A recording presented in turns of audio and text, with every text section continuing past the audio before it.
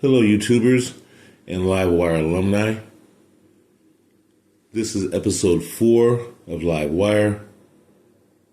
I am your host, Don Vito, and the sponsorship is provided by Premium Pacific Insurance. Today's topic is going to be more of a reveal, and that is just what I'm going to do. Today I'm going to reveal some secrets and uncover and dissolve some myths that are out there in the industry. And I've been an agent for going on 30 years now. They're still out there. They've been there before I became an agent, as I became a broker, and even presently today they are still there. So one of the first ones I would like to start off with is price.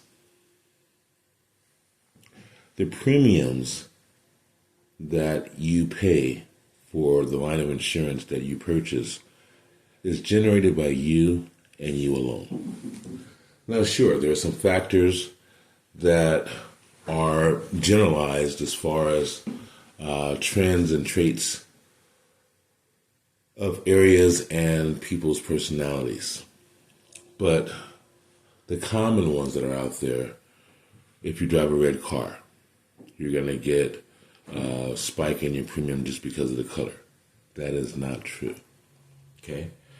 Your neighbor that lives right next door to you drives the SRT and he's paying $105 a month, and you have a Toyota and you're paying $175, and you're trying to figure out what happened. Well, I have an answer for that also. What about the other person that tells you he has a rate of X amount of dollars, and you find that to be kind of hard to believe because you've been driving for X amount of years and you have no tickets, no accidents, and you are struggling to understand? I have an answer for that as well. Okay, stay tuned. Now, let's go into a few of the myths. The color of the car has no bearing on your rate whatsoever. Okay? The only way that a car color will generate a premium is if you have a customized vehicle and you provide receipts for that paint. Okay? Now, that's an exception. So, once again, if you have a customized vehicle where you've gone out and you spent a few grand on your paint job, and the graphics are unique and it's not something that can just be whipped out by Earl Scheib or one-day paint job. So that will make a difference. Other than that, for the people that are seeking insurance in the United States, I can firmly state that color is not a factor when it comes to rating you on your auto insurance. The comparisons to your neighbor. Let me go ahead and dissolve this mystery and misconception as well. There's no way that you can compare two individuals and come out with the same rate. There are factors that are not considered when you are just given conversations amongst yourselves, colleagues, and friends, such as your experience and or your individual driving experience. And what I mean by that is infractions, incidents, accidents, violations. Any one of those number of things that I mentioned will definitely separate you and start the difference in pricing immediately. The other one is where you live, where you work, and where your car is garaged. Those are other factors to be considered. And There are some people out there that have been purchasing insurance for a long time. So let me go ahead and just do you a service. This is what I consider a very solid tip here. There is a way to decrease your premium on your auto insurance. And that is if you garage your vehicle in a less populated area. So, you see the commercial on TV where they're paying $29.95 a month, and you have never paid anything lower than $85 a month. Suddenly the light switches on, and you get this idea to say, you're going to move your car to your grandmother's house, who lives all the way up in Eureka, and you only drive to go to the store. Well, there are some issues with that as well. And it's called misrepresentation, misstating of the actual facts. If a loss should occur, and they often come with no warning, you will not be prepared to back up your original statements that you led everyone to believe was correct at the inception of your policy. So, in plain English, once your mileage is added up from when you first got your policy and the time of your incident, as I said, it often comes with no warning, you will not be prepared to justify the mileage on your vehicle. So, what you have just done successfully is place your auto coverage in breach. The insurance company that's providing the insurance for you does not, and let me state this again, they do not have to honor any claim that arises because you said that vehicle was garaged at a different location than where it actually is housed. So my question to you now is it worth it? The quick, honest answer, no. It definitely is not worth it. Okay? So I hoped that helped you and it cleared up some of the misconceptions that are out there. And also, the other thing that is very popular is you see a commercial and they have a favorable rate. Your policy is up for review within the next 2 months. And what do? You start shopping. That is exactly the reason why the commercial was generated in the first place. And as a consumer, you are being savvy and, you're telling yourself, I'm going to protect my coin. And this year, I'm going to take a little bit more time and see if I can get a better rate. Let me be the first to say there's nothing wrong with that. Okay? In fact, it's within your right to do so. And I cannot discourage anyone because, as I said, it's within your right. But let me just say this also. Have you ever been at home and you received that phone call 5:45, 6:45, just as you're winding down, ready to relax, and here's this perky person on the side speaking of coverages? You are annoyed because you do not want to receive that call. And you're asking yourself at the very moment, why are you receiving the call? As I mentioned, this is going to be a reveal episode. I'm going to enlighten you on why you're receiving that call and why that call is coming to you at the hour that you're receiving it. Back when you were being proactive and you decided that you wanted to go ahead and test some things out, get a couple of quotes just to compare and make sure that you were getting the most bang for your buck. What you were doing, you were leaving a trail, okay? And it's a trail that has been passed along to agent after agent because you and the average person takes about 4 calls, okay? And what I mean by that is that you actively seek 4 different quotes from 4 different companies and our agents. You did not proceed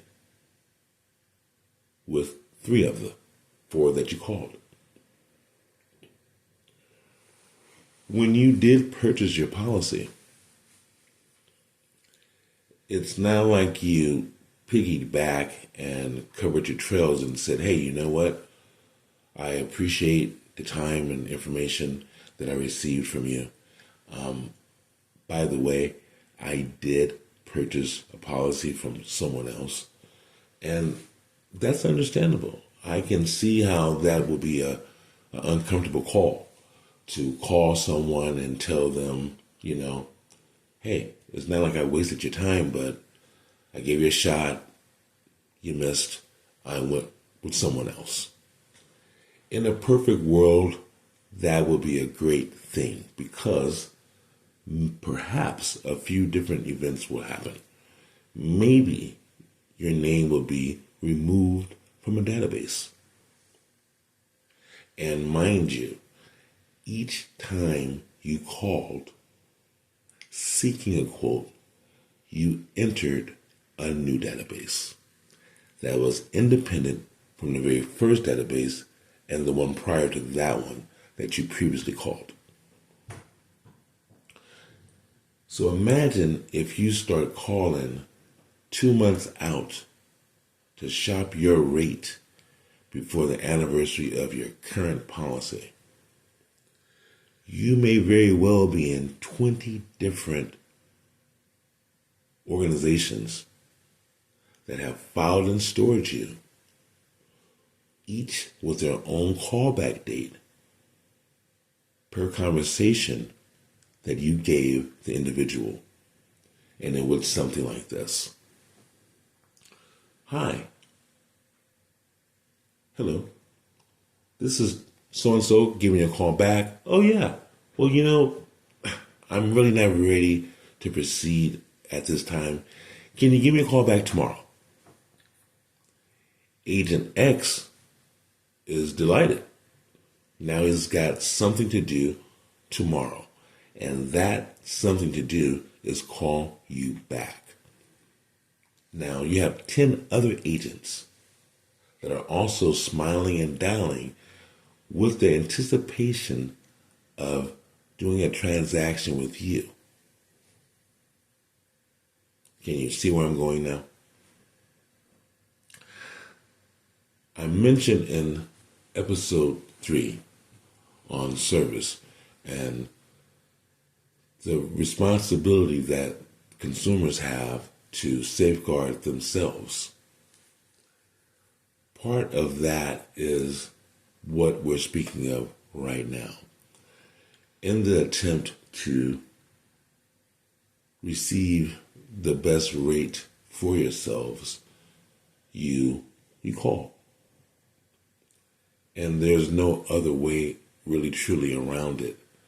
But again, I'm attempting to raise the bar in an effort to make everything just a little easier for all persons that are involved, including myself.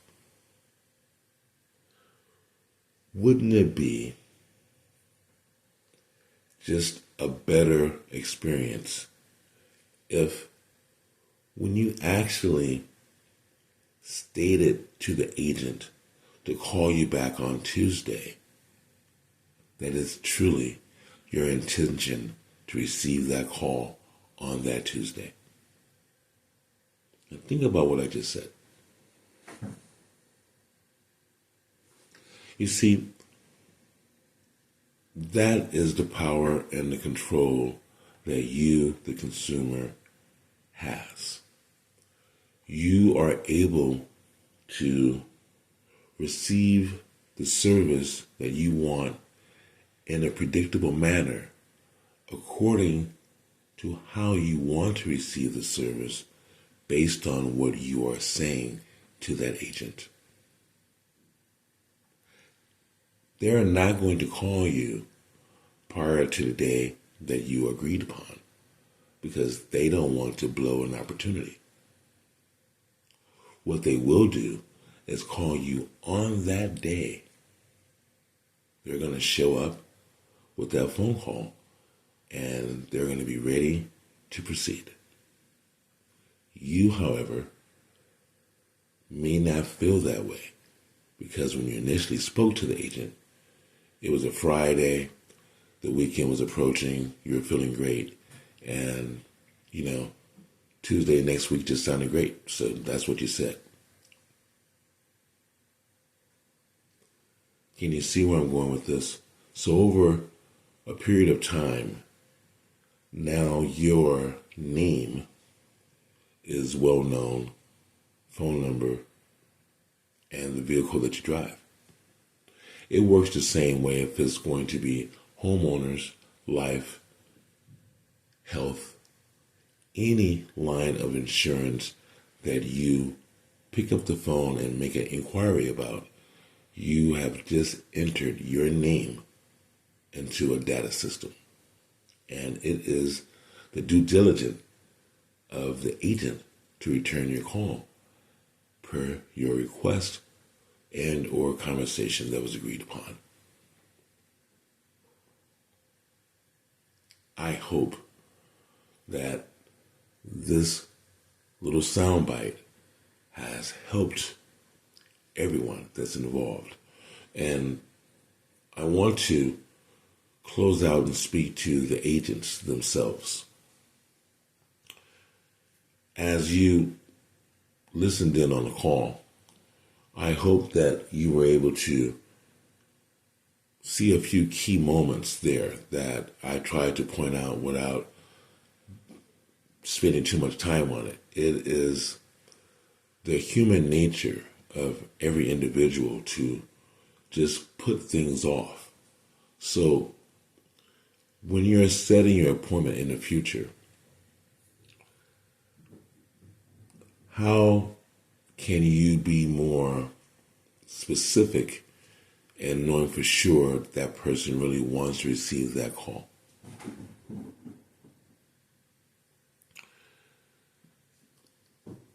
Over the years, I came up with this method here. If I'm going to call you Tuesday at 5 p.m.,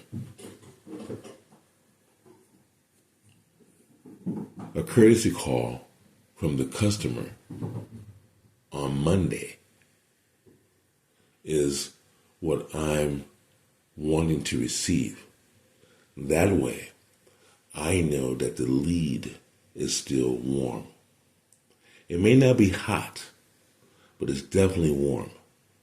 Because as the days go by, it just cools off all the way to it's just as if you never had the conversation because the conversation fades and the flags kind of get a little weary. Next thing you know, you are doing your whole presentation over. In order to avoid that, have your customer give you a ring and let you know that they're still interested. That way, you can have a solid calendar and you will not be frustrated by smiling and dialing without having conversations and your smiles turn into frowns. Hence, the frustration that sets into you at the onset of your day, the beginning of your day, or even the ending of your day. No one wants to receive that type of feeling. Just the same as the customer does not want to be inundated with calls when they're trying to relax. This has been Don Vito, and I'm closing out for the 4th episode of Livewire. I hope that the information is well received, appreciated. Please share, comment, like, and subscribe. I wish you all my type of success. I'll see you on episode 5.